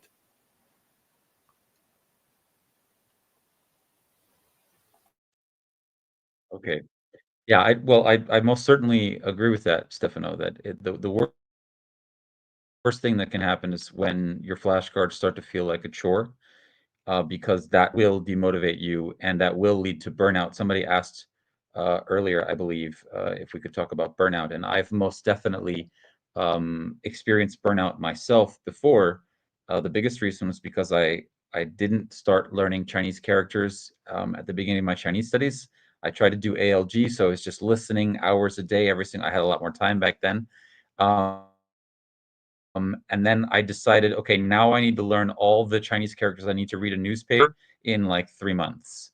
And so I found an Anki deck, and this was pre-ChatGPT days, so I had to invest a lot more work in, setting up the deck the way that I like to have it. And then I basically was trying to do an hour of Anki a day, and I got so fed up that I didn't even want to study Chinese anymore. Fortunately, I just stopped doing Anki and started doing other things. You can overdo it, and that's the danger with flashcards. And so that was a good lesson, an important one. Now I would say, and this is obviously in agreement with what Richard and Luca said, that you need to use flashcards for a very specific purpose. So one of the things that I use flashcards to do, and I've never heard anybody else talk about this, is let's assume you're going in to a conversation with the tutor, or it could be that you just want to have a conversation with ChatGPT, right? Or any other AI for that matter. Gemini, honestly, I find better these days, but it doesn't really matter. And I want to have that vocab fresh in my mind. So what I'll do is I'll create a deck specifically for the purpose of doing what I call hyper loading the vocab into my brain. So what I want is I want those vocabulary words to be instantly accessible on the tip of my tongue, if you will, when I'm going into that conversation, so that I can then feel a lot more. I'm actually temporarily more fluent than what I would normally be, right? Because normally I would not have such quick access to those lexical items, to those words. But because I've just really, really studied intensively, usually it's like a 10, 15-minute thing, then I go into that conversation. And because I then get the opportunity to relatively comfortably use all that vocabulary in conversation, it actually ends up sinking in to the point where I don't necessarily need to go back and review those cards again, right? So it's a very different way of using flashcards in the way that most people, specifically Anki flashcards, than most people think about it. And this is just one of the ways that you can use them. Another thing, if I may, real quick, I work with Dutch speakers learning German because they want to move to Switzerland and work as physiotherapists, right? Hardcore niche. They need very specific vocabulary. So I provide them with a deck that has the 5,000 most frequent words of German in the context of sentences, where each one of those frequency words is a close word, a close gap, a gap fill within a sentence. So they get, not only are they testing themselves on being able to remember those frequent words, but they also get the full context of the sentence with Swiss German accent, by the way, which is pretty cool that you can do these days. And then in addition to that, I give them 4 other decks that specifically have to do with physiotherapy vocabulary that they need. My students love those decks. I give them many other activities that they can do, including YouTube videos with bilingual texts and stuff like that. But if they don't do anything else, they end up doing those decks because they're learning the vocabulary that they need. I'm not saying it's the best possible way that they could approach it, but it works and it's easy for them to stick to. So in that sense, I find flashcards definitely have a place.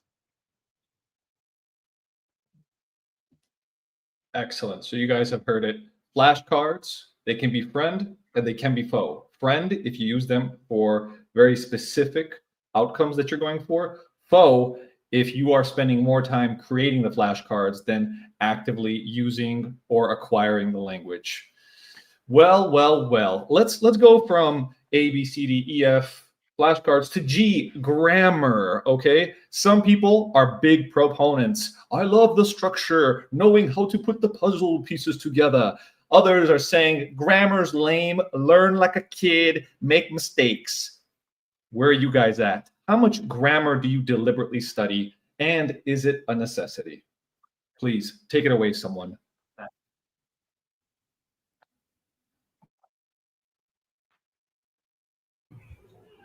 Who's going to speak? May I speak first? I'll be quick because we're approaching the 2-hour mark, and I think we want to leave time also for people to, to answer people's questions. There's a lot of them, by the way, very interesting. I'll be very quick, and I'll say that grammar is important. If you want to speak a language well, you have to internalize grammar. The problem is, how do you learn a grammar, right? As far as I'm concerned, in school, and even language learners in general, they spend too much time talking about grammar rather than using grammar notes to internalize the language. To give an example, the reason why I like assimil so much, and assimil, by the way, stands for assimilate. Sorry, there's some Poles screaming on the street. I don't know if you can hear them.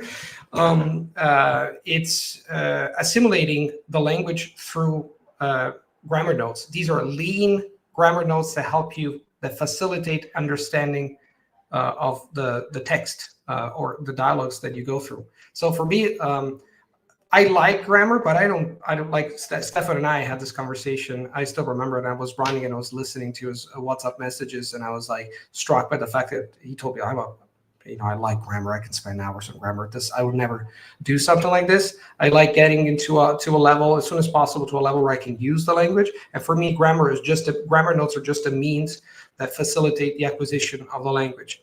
So my take is, in order to speak a language well, you have to internalize the grammar. I always use assimil at the beginning because I like their approach where grammar is minimal. Grammar is there. Grammar notes are there only to facilitate the understanding of the text. So you have bilingual text. You can compare two sentences, but at the beginning, as a beginner, it's difficult to. You can understand a few things just by comparison, but if the language that you're learning, your target language, is very distant from your own language or other languages you have under your belt, so to speak, then it's difficult to understand a lot of grammar points. And you understand that there are these grammar notes that, again, explain and unfold the meaning of some obscure points. That's wonderful. Then I just focus on massive input. It's the 80-20 rule. 80% of massive, enjoyable input. I use bilingual text. I bilingualize, as David would put it, everything. And if I don't understand something, I just ask ChatGPT to explain that to me. Recently, but I find that a little bit cumbersome. So that's the reason why I like Linguathor. I've been using it because it shows me the translation, like from Turkish into English, how the sentence would be would be said in proper colloquial English, but also piece by piece, I understand the function of each word without grammar explanation. So it's just infer them from context, from all this wonderful comprehensible input. That's what I define comprehensible input. Bilingual text plus, word by word, not even explanation. It's just structure. It's just amazing what you can do. Anyway, that's me. Don't memorize grammar. You learn grammar from language, not language from grammar. This is one of the best quotes by Cato Lomcato, as they say in Hungarian. You invert the name and the surname. And I abide by that, and I stick by that rule. Thank you, Luca. I will politely ask all participants to speed their answers up so we can get to some questions from the audience. So please give us your quick thoughts on grammar. So I was mentioned by Luca, so I'm next. So my problem is that I absolutely love grammar. I'm a grammar freak, I have to admit it. And I could spend hours only learning about grammar, reading about grammar, because it's really, I find fascinating how the different languages work towards the same goal, that is expressing our ideas, expressing what we want to say. Some languages use some patterns and some others different patterns, and I find this extremely fascinating. But and I also I must mention that I learned Finnish. When I learned Finnish, I started from grammar because it was the thing that I was most interested in. So that was my starting point with grammar. But I would not recommend anyone to learn only grammar, because as Lucas said, it's not learning the grammar that you learn how to use the language. It's more by using the language that you learn about the patterns that make up grammar. So nowadays I have a different approach, completely different approach. When I started learning Georgian, if I had done the same thing that I did for Finnish, I would have gone completely crazy.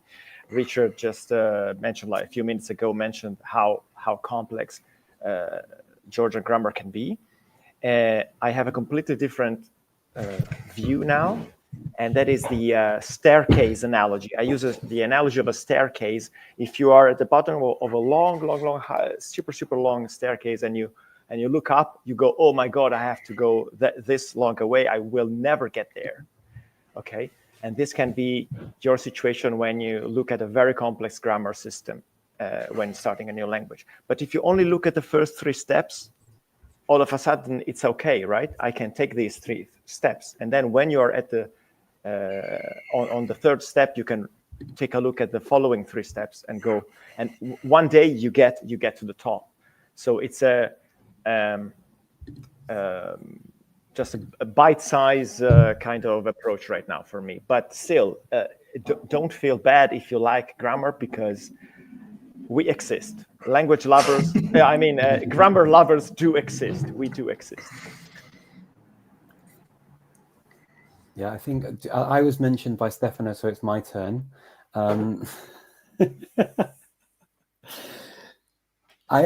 Please don't mention David, okay? Thank you. Okay, I won't, David. I'm going to ignore you. With grammar, so there are a couple of things just to mention. That first of all, grammar can scare people off. If you don't know all of the typical terms for identifying and talking about grammar, I find that in classes people are put off by grammar. It's a scary thing. It's like this beast that we can't define. And so grammar's useful if you know how grammar generally as a concept works and how the labels work. If that's the way you work and it helps you to cut through some of the processes of language learning, for example, if you know what the subjunctive is because you speak Italian or French or Spanish, learning the differences between the subjunctive in the other languages that are related or not related, and to see how it plays out, could really save time. So it can save time in the language learning process if you're learning similar languages, right? The other thing it can do, if you speak a Slavic language and you know, for example, about the case system, it will also help you to understand the case system of another language as well, because you get the idea of cases. So therefore, it's easier to then approach it. The same would go for the idea of aspect, of verbal aspect, imperfective and perfective verbs. Making a comparison between Greek and the Slavic languages makes sense so that you know and understand how the similarities work to help you learn faster. So there is an advantage to looking and accessing grammar, but you can get bogged down in it. And also grammar books tend to treat every aspect of grammar almost as though they're all equal, but they're not all equal, because grammar isn't equal in language. Some aspects of grammar will be used more, some less. So therefore, if you get too into the grammar, you'd be so scared, like I was, of ever trying to speak and do anything with the language. It's best to go back to this piecemeal staircase analogy that Stefano talked about. Now, you can go through a language and never touch grammar, and that might sound fine. You might consume lots of materials, lots of things, whether it's in written form, in spoken form. You may speak the language really, really well. But there are some hidden aspects of grammar that if you haven't learned the grammar properly and had it explained, you have never understood it. And you don't even know you're using it or how to use it properly. And so sometimes, especially when you get particularly good at a language, you do need to pay attention to what that grammar rule is. And I'll give you an example. I heard somebody speaking to me in Macedonian. They'd spoken the language for over 10 years and learned it really well. A Russian speaker, so they spoke another Slavic language as a first language. And I said, well, how did you manage with the evidentiary form in Macedonian? How did you learn it? What do you mean, the evidentiary form? And I looked and I said, well, the L form that you have in Russian doesn't correspond exactly to how we use it in Macedonian. It's more akin to what we use in Turkish with the mish form. And she looked at me completely blank. And it was like a penny drop moment of no one's ever said this. And I was like, because everyone's misunderstood every utterance you've ever said in the past tense as you bearing witness to almost everything that's happened in your life. But no one was there to actually know that you were there or not. So therefore, no one could correct you because it was correct grammar. It's just it wasn't what actually happened. And so one big example of where this is really important and where you can't be picked up by native speakers or anyone else, because if they weren't there to witness it, the same goes with verbal aspect. You can make mistakes in verbal aspect for years and years and years and be very proficient in any of the Slavic languages. But if you don't know what you're saying and you're saying one thing and you think you're saying another, you won't necessarily be corrected because it might be correct when the person hears it. Grammar lovers, grammar haters, I think you've all gotten some wonderful messages from our 4 polyglots. So what we're going to do now is, because we only have 20 minutes remaining, we're going to do some, yes, Stefano, which way? This way. Annette called me out for this. Annette, I'm sorry. For me, it's the opposite. No. I was just trying to find a position where the sun is not directly on my face.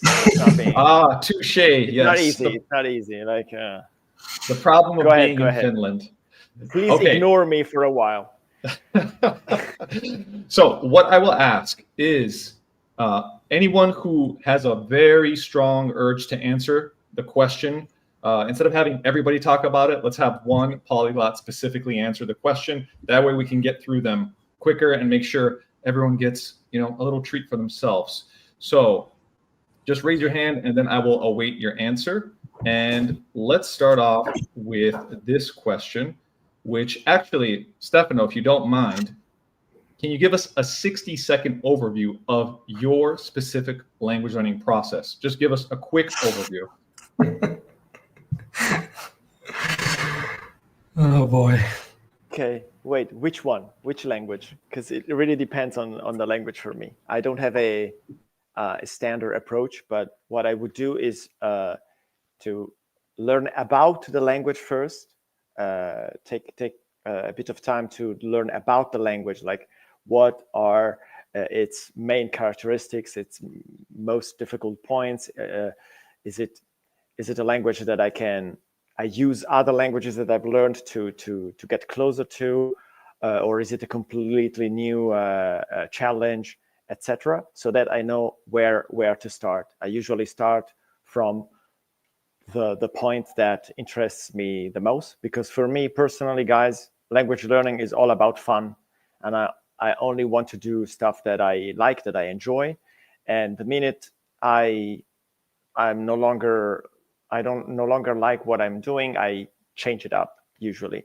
So I may start with a textbook, and if I notice that the textbook is not really helping, is not really giving me the things that I want to that I need to use in everyday conversations, I might stop and start a different one. But generally speaking, I like to have a textbook as the main structure, and integrate it with different things, such as maybe one podcast, a couple of YouTube videos. I think I mentioned this earlier as well. And then, as for me, like because the main reason why I learn a language is the way it sounds. I love the way it sounds. I fall in love with the language the way it sounds. I tend to try and speak from day one, just because I love reproducing those sounds. It's all about enjoyment. It's all about fun. And for me, the most important thing, the most fun thing about a language is the way it sounds. So I want to reproduce those sounds. That's it. it was not 60 seconds, but I did my best. Don't worry, we'll have a secret meeting after this. Don't worry. All right, well, thank you, Stefano. And now we know Stefano is a day oneer, meaning he speaks from day one. Shh, don't tell anyone else. Let's go to a question from Yacer Francisco Orozco. Can you guys talk about shadowing? Is there anyone here that is a strong proponent of shadowing or has a strong opinion about how to use shadowing?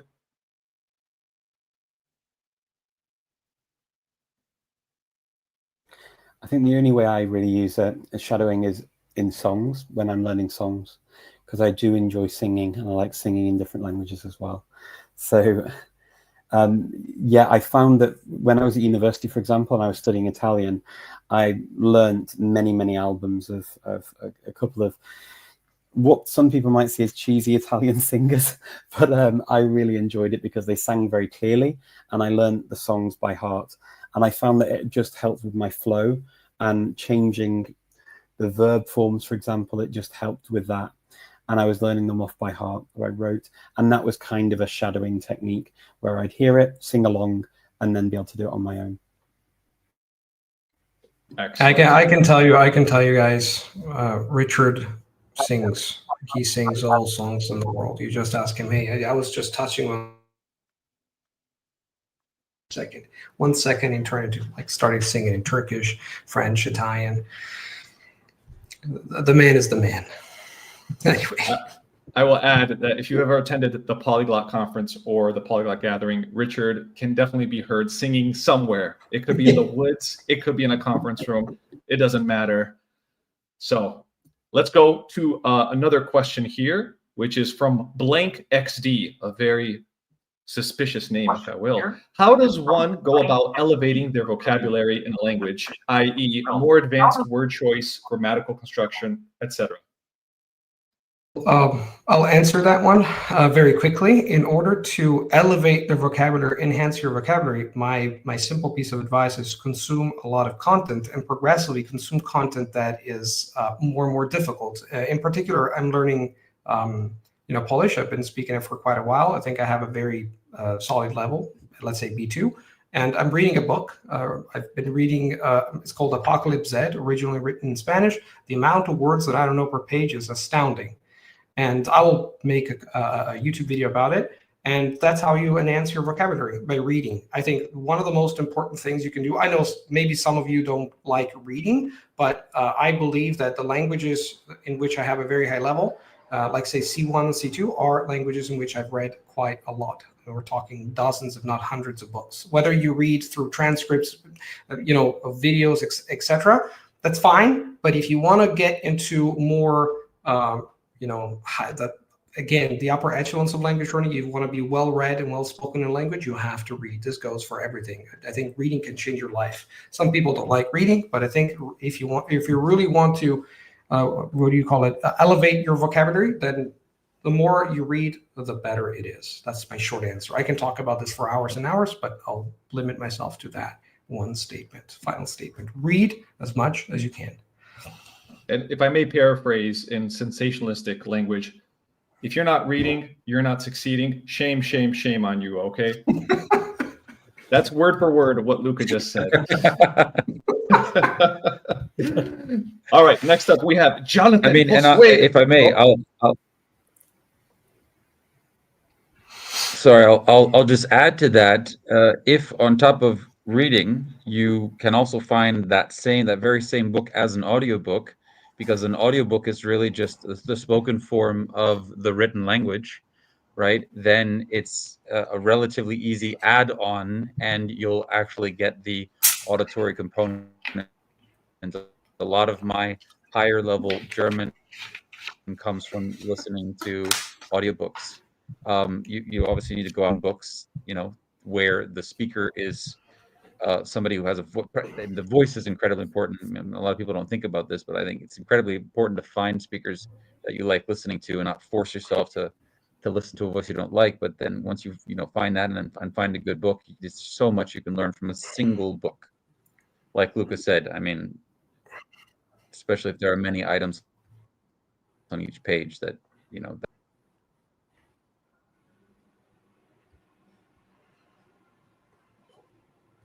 think there's a little bit of a delay. Oh, That's it. yeah, there we go. Thank you, David. And I agree, audiobooks with books combination, it's a lethal combination in terms of getting to that next level in language learning. So now let's get to Jonathan Posue Angulo Zurita. Do you feel like you become a slightly different person when you speak a different language? Why or why not? Okay. Who wants to answer that? Stefano. Yeah, I don't know whether or not I become a different person, but there are surely some things that I just cannot bring myself to do or to say when I'm speaking a given language, especially those that are, I don't know, that come from, like, there are spoken in countries where there is a kind of a significant culture, okay? Like Japanese or Finnish, for example. When I speak Japanese, I just cannot bring myself to say nice things about my family or things that I did. You know, my own achievements are always not so good, because it's just in the language is so much related to, like, linked to the culture, and a Japanese person would not say, like, come to my place where my mom makes the best spaghetti in the world, which is something that an Italian would absolutely say, you know. So if I speak Japanese, I kind of have to push the brake on my being Italian and try to be more Japanese. But with time and exposure and practice, it becomes second nature, I have to say. Same thing in Finnish. You tend to tone down when you talk about your feelings. You tend to tone down your feelings. You know, you don't say, "Oh, it was awful." You say, "Yeah, it wasn't that fun." You know. So these are the things that I think I realize that do change when I speak a different language. Not so much my personality. I think I'm still Stefan. I'm still the same person, but these little things, and it's fascinating as well.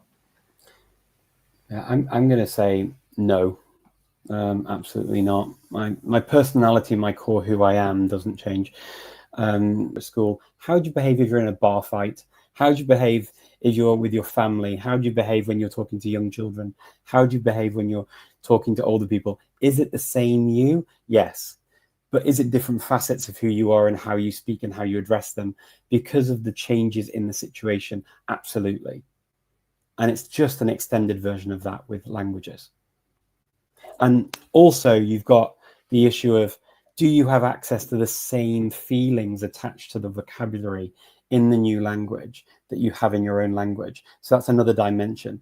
And are you perceived through the cultural lens of that new culture of speakers as you would be by your own culture? That also changes things as well. So the things that Stefano was saying about bragging or being boastful in Japan, that would be true. So you tailor it to your audience. But we do that anyway as human beings. We do that in our own one language, if you have one language or two languages. But it's the same the other way around. Also, you didn't grow up speaking this new language that you've learned. So you were not chastised, you were not told off at school for saying a bad word. So your feeling attached to a swear word or a word that has an emotional tie to a culture, its history, its people, neighboring cultures, is not necessarily there in the same way as for you as a second language speaker or a speaker later in life. So all of these things change how you're perceived, how you use the language, and how you think it should work. And therefore, the perception of you and your personality will change. And your perception as a result of yourself will change because of how people react to you based on what you're saying. Absolutely. And I'd just like to add one little note for anybody who knows Luca. I would say in English, Luca comes off even slightly reserved compared to what he's like in Spanish or Italian, because that's a different ball game. So just a little, for anybody who knows him, you know what I'm talking about. But anyways, enough about that. Let's get to Alex Jimenez. Hey, all you reading nerds, reading works for passive vocabulary. Does this work to increase the active vocabulary as well?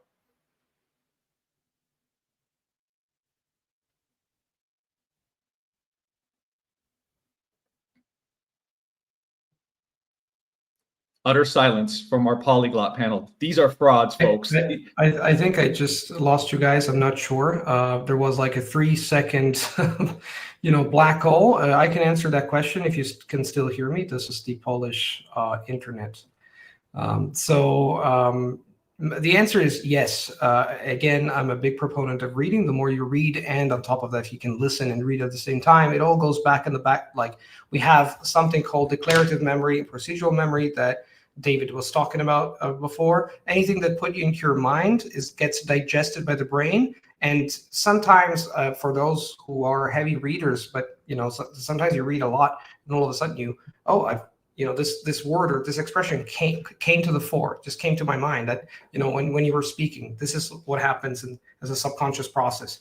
But in order to increase your active vocabulary, then you also have to speak, and you have to deliberately try to use these words in conversations and stories, telling stories, find creative ways to use the vocabulary. So I think read a lot, but also speak a lot. Create a bridge between, reading, what you read or what you listen to or what you watch, and then find creative ways to use some of these words. An example is that a student of mine, recently we were talking about, okay, you watch a YouTube video, what are some creative ways in which you can take that video, transform that input into output, just maybe mark some words or ask ChatGPT or Gemini, Grok, whatever, to create a list of words. You get, these are the words I want to use, reuse them by telling, for example, the content of that video, or ask ChatGPT to create a story with those words.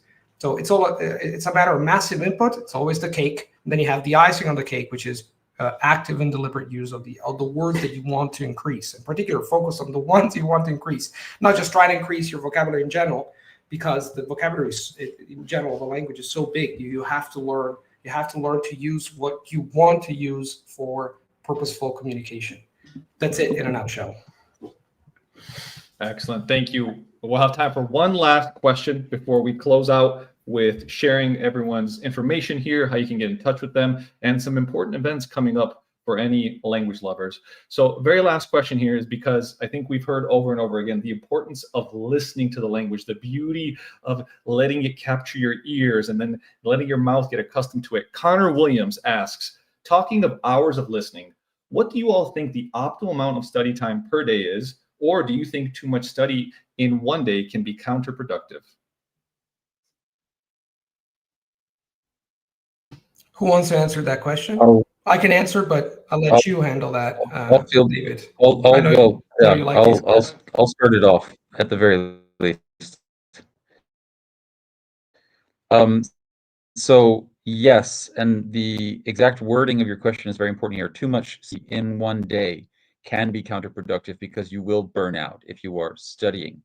If you, however, are getting input that is interesting to you and that you enjoy, and you do that for 4, 5, 6 hours a day, it doesn't feel like studying. And so, to my mind, working on getting your listening to a point where you can actually enjoy content, like Alex was saying at the beginning, getting to the point where he can watch an anime in Japanese and not need the subtitles, so he can just sit back with a brewski and just enjoy it. That's what you should be focusing on, if that's what your goal is. And if you think about it, the core of the language is the spoken form, what you're hearing, and the written language is just a mirror, if you will. It's just a representation of what it is you're hearing. And so you should be spending as much time as possible with the auditory, the spoken language, but you shouldn't be studying too much because you will burn out. And I can tell you that from firsthand experience, because I have burned out on too much study, and it's not fun, and you don't feel like learning languages anymore.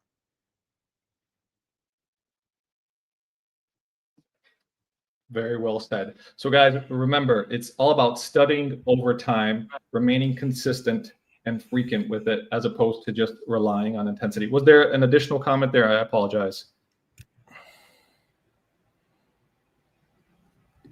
If not, okay. So one thing I do want to let you guys know, if you enjoyed today's conversation and you want to have more conversations like this, but you're included in them, I highly, highly recommend that you check out the Polyglot Conference, which is happening globally online in October. from I'm sorry, Richard, I did not write the dates 2nd for to the October. 5th of October. Thank you. 2nd through the 5th of October. And if you want to go in person to connect with people one-on-one, it's going to be happening in Taipei this year from the 10th of November until the 12th or through the 12th. Yeah, I just wanted to say that I'm putting all the information here. You can see it here, polyglotsconference.com. You just click on that. It's in the comments, and you will see all the information there. And by the way, going up through the comments, I just wanted to say David this is his YouTube channel. You can go again through the comments. And he also has this wonderful Lingvathor. A lot of students, myself included, have been using it. A lot of students from the academy are using it. It's great. Give it a try. We have an affiliate program with him because, again, we promote only stuff that is top-notch. David is top-notch, and Lingvathor is also top-notch. And so is Richard. Richard also is collaborating with us, and he gives coaching sessions.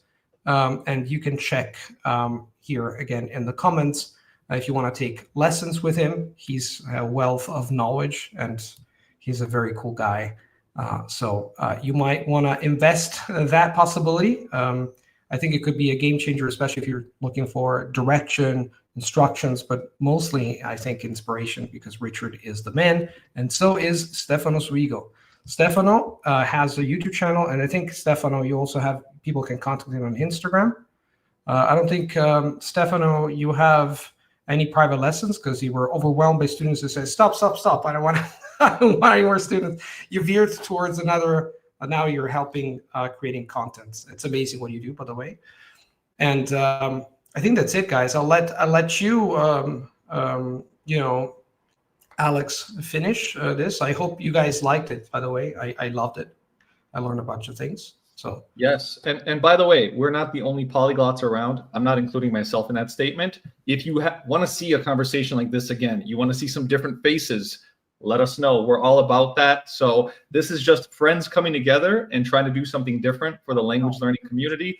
So if you have some suggestions, some other topics that you want to be discussed, let us know. We're completely open to suggestions. And we really, really thank you all. I'm sorry I couldn't get to a lot of questions, but hey, the spiciness in this conversation today was well worth it, I thought. So I just want to say thank you to all of our polyglots. You guys are absolutely phenomenal. thank you. Thank you, guys. Thanks, everyone. Thank you. Thanks, Thank everyone. you. Thank you, Alex. Thanks for the great moderation. Thanks, everybody. Take care. Thanks. Thank you. Bye. Bye-bye. Mulțumesc. Take care.